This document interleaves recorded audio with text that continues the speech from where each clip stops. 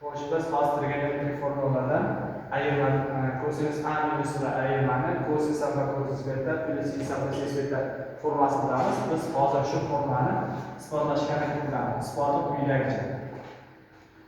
Biz bularni birlik doirada deb tasavvurlaymiz. Birlik doirada qanday yoziladi? Misol uchun a nuqtani olaman kosinus alfa va sinus alfa. B nuqtani olaman kosinus beta va sinus beta. Birlik doirada mana shunday nuqtalar joylashtirilgan. Endi ular o'rtasidagi farqni topishimiz kerak. Misol uchun a minus b ni topishimiz kerak. O'rtasidagi farq degani, misol uchun bu yerda alfaga mos bo'lishi kerak, betaga mos bo'lishi kerak.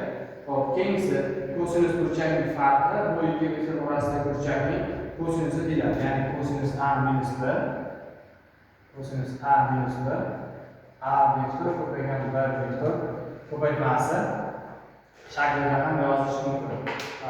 Bularni ko'paytma shaklida yozishimiz uchun bularni skalar ko'paytmasi deyiladi. Skalar ko'paytmasi quyidagicha. Misol uchun ikkita vektorni ko'paytirganimda, ko'paygan bir vektor bor degan bo'lsa, ular uzunligi a vektor, b vektor ko'paygan ular orasidagi burchak kosinusi. Mana shunaqa formula bor, skalar ko'paytma. Bizda hozir nima deyapti?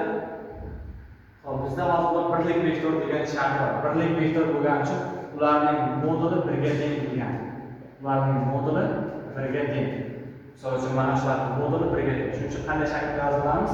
Kosinus a minus b ni xo'sh, keyin skalar ko'paytmani yozayotganimizda a vektorining koordinatasi misol uchun x1, y1, b vektorining koordinatasi x2, y2 bo'ladi degan bo'lsa, men a vektorini b vektor ko'paytmoqchi bo'lsam, mos koeffitsiyentlar, ya'ni mos holdagi koeffitsiyentlar ko'paytiriladi.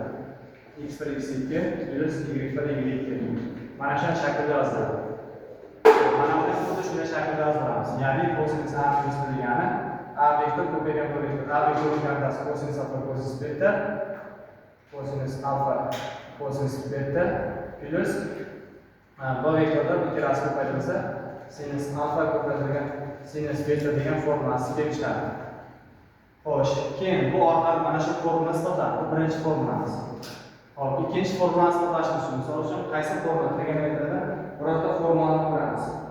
Xo'sh, biz hozir ayirmani isbotlaymiz. Misol uchun birinchi formula ayirma bo'ladigan bo'lsa, xo'sh, ikkinchi formulani isbotlaymiz. Ikkinchi formula yig'imli. Birdaniga shu videoga yozib o'tamiz. Kosinus a plus b. Mana shuni isbotlashimiz uchun qanday yozamiz? Buni isbotlagan formulasi kosinus a kosinus b, ya'ni b minus sinus a ko'paytirgan sinus b shaklida bo'ladi. Biz endi buni mana bu formulani isbotlashga harakat qilamiz. Isboti quyidagicha. Kosinus a plus b ni mana bunday yozilsa, a minus b shaklida yoziladi. Kosinus a minus b. Xuddi mana shuni bir xil bajaradi. Ya'ni mana shu formulani o'rganib oldik, qayerdan kelib chiqishini. Endi men o'sha formulaga qo'yaman. Kosinus alfani joyiga kosinus a kelyapti. Ko'paygan b ni joyiga minus b kelyapti. Kosinus minus b, o'rtada plus sinus a ko'paytirilgan b ni joyiga minus b kelyapti. Sinus minus b. Xo'sh, teng. Endi bularni yozamiz. Kosinus juft funksiya bo'lgan uchun oldiga minus chiqmaydi. Kosinus a ko'paytirilgan kosinus b, sinus top funksiya oldiga minus chiqadi. Sinus a ko'paytirilgan sinus b. Biz hozir ikkita formulasini oldik. Birinchisi mana shu formula, ikkinchisi esa kosinus a plus b. Mana shunday formula hisoblanadi. Kosinus a ko'paytirilgan kosinus b minus sinus a ko'paytirilgan sinus b. Shular ikkita formulamiz, ya'ni kosinuslar yig'indisi va ayirmasi formulasi hisoblanadi.